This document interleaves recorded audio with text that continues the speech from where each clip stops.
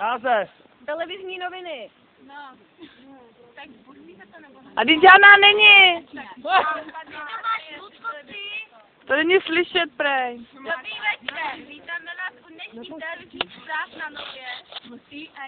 První zpráva. Aktuálně na Orlické přehradě se objevil žralok růžový, který napadl kánoj.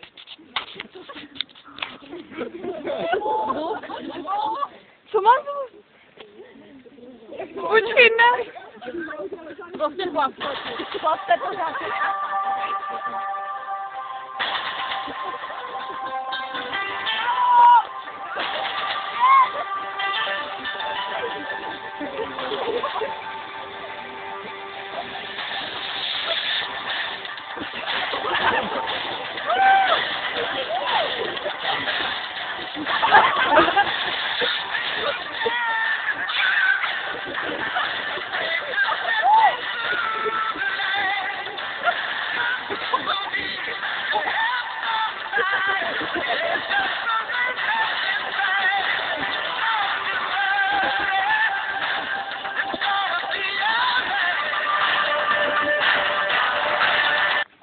Díky rychlé akci se všichni zachránili.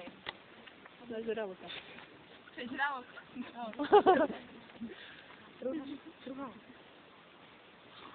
Druhá zpráva.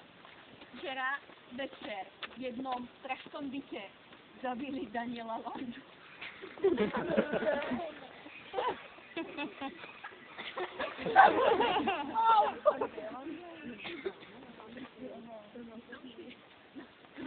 Právě jsme dostali aktuální zprávu, že naše reportérka je na místě činu a má světkyňu. Dobrý den, paní Slávka. Dobrý den. To je to vraždy. Nechci jít víc, ale